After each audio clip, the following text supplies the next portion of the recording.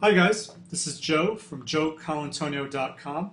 In this video, I'm going to show you how to test a web service using HP's Quick Test Professional with its web service add-in. For this example, I'm running the sample application that comes with HP's service test. So let's start QTP and make sure you have the web services add-in selected. In your toolbar on the left-hand side, there should be something called Web Services Testing Wizard. Let's click on that. Basically what the web service wizard is going to do, it's going to walk you through pointing to a WSDL, and then it's going to import all the operations/methods that are associated with that WSDL, and then it's going to throw in some code for you that you can use as a basis for your testing. Point to the WSDL and select your operations. For this I'm using get flights and create flight order. And make sure you have the add XML checkpoint selected. As you can see, it threw in some lines of code for you, and what I'm going to do is just comment out the checkpoints for now. What I'm going to do now is I'm going to start setting values for the operations arguments. What QTP has done is that it's created an XML warehouse that holds the request information. To fill this out, you need to right-click on the flight order details, click on the View Edit XML Structure, and expand the tree, and this will show you all the arguments needed for that operation. You just need to click on each one to fill out values that you want to pass to it. Okay, now for this example, I'm hard-coding all the values. But later on, I'm going to show you how to create a dynamic value by I'm going to grab the get flight's response information, grab the flight number that's returned, and then I'm going to use that as input for this flight number value. And let's just run it to make sure everything's running correctly. And let's look at the results. Cool, looks like it didn't fail. So if we expand the information and click on each operation, we'll be able to see the request that was sent to the service operation and what the response was passed back.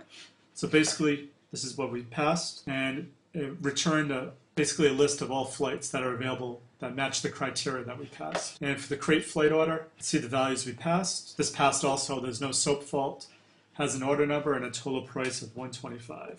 So what I'd like to do next is I'd like to get the flight number that's being returned from the get flights and use it as input for the create flight order flight number argument. But in order to do that, we need to be able to get the node flight number that's being returned and grab that text value. Unfortunately, in QTP, there's no easy way of doing that. What you need to do is pretty much create your own function that allows you to do this. So what I've done beforehand is I've created a function, and the function uses this Microsoft XML DOM, and that's basically a way that allows you to access and manipulate XML. So to use the function, we're going to call it getNode. We're going to pass it an XML string, and basically this getFlights variable is what's holding the response, and the response back from a web service is basically just XML. So we're going to pass it getFlights, and the node name is flight number.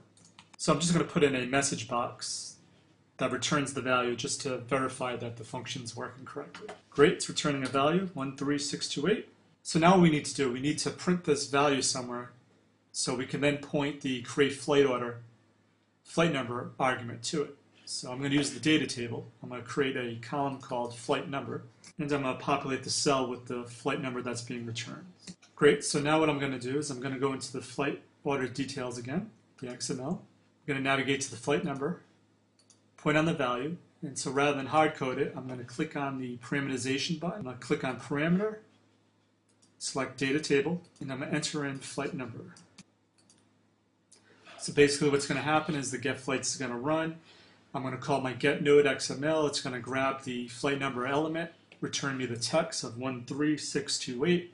It's going to write the value out to the flight number cell. The create flight order web service runs. It's going to point to this XML structure, and it's going to point, this argument flight number is pointing to the flight number datasheet, and it's going to contain that value. So let's run it and make sure it's running correctly. All right, great. So now if you look at the request made by the create flight order, see it has a value of 13628, even though we're no longer hard coding it. It's grabbing it from the get flights, returning a value of 125 and the order number of 12. Awesome. So the final thing we want to do is we want to create checkpoints that validate the responses being returned from the operations. So we're going to use the checkpoints that were created for us by Quick Test Professional. To populate the checkpoints, you need to run the update run mode. So it'll update the information that's going to be captured. So let's run it update mode, Make sure you have update checkpoints and output value properties. Click OK. Once that's done, go to the first checkpoint for get flights. Click on right-click on get flights and click on checkpoint properties. So basically you're going to tell QTP what you want to validate. And we're just going to validate basically that these values do appear. Now let's go to the create flight order checkpoint. And because this order number is dynamic, I don't want to capture it right now, but I do want to capture the total price and verify that the value is 125. So let's run it. Awesome, it passed. And if we look at the results, we can look at the checkpoints succeeded. See, it has the flight number 13628, and the create flight order succeeded. Everything looks good. So that's how you test a web service using QTP with the web service admin.